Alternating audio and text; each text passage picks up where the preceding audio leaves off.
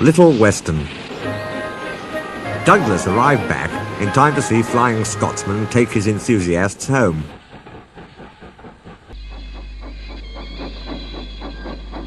Controller said he had all been honoured, and thanked Flying Scotsman and his owner for their help. "Please tell everyone," he went on, "that whatever happens elsewhere, steam will still be at work here. We shall be glad to welcome all who want to see and travel behind real engines."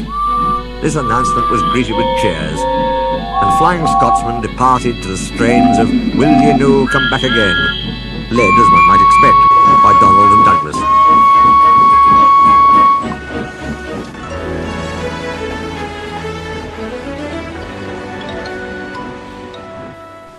At last Douglas could tell his news.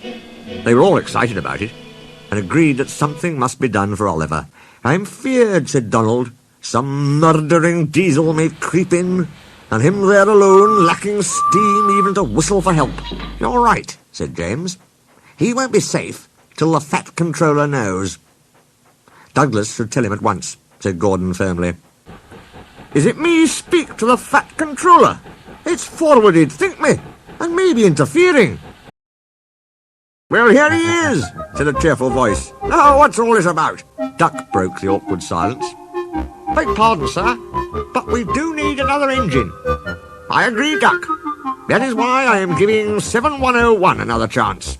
Their faces showed such dismay that the fat controller had difficulty with his own.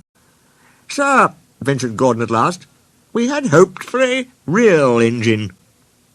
"They," said the fat controller gravely, "are rare, and unless one escapes, there's little hope." "But, sir," burst out Donald, "one has, and thanks to Douglas, is now at our works," announced the fat controller. "Sir," gasped Douglas, "is there anything you don't know?"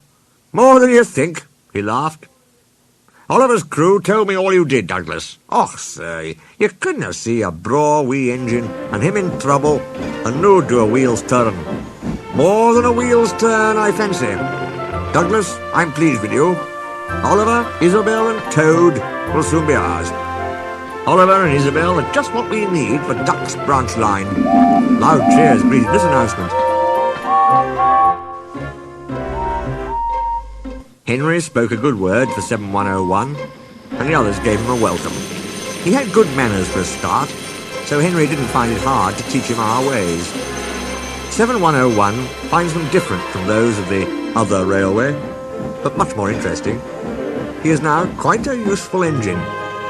They teased him at first because of his growls. They said he was like a bear. He still growls, not because he is cross, but because he can't help it. His name, Bear, has stuck. He likes it. "It's nicer than just a number," he says. "Having a name means that you really belong." The fat controller soon had Oliver, Isabel and Toad mended and painted in full Great Western colours. Then he rescued 3 more Western auto coaches. 2, Alice and Mirabelle, he gave to Duck. The 3rd, Dulcie, joined Oliver and Isabel. Duck and Oliver are happy on their branch line. It runs along the coast to the small railway. "We reopen branches," they boast. They're very proud of this indeed. The others laughed at first and called their branch the Little Western. Duck and Oliver were delighted, and now no one ever thinks of calling it anything else.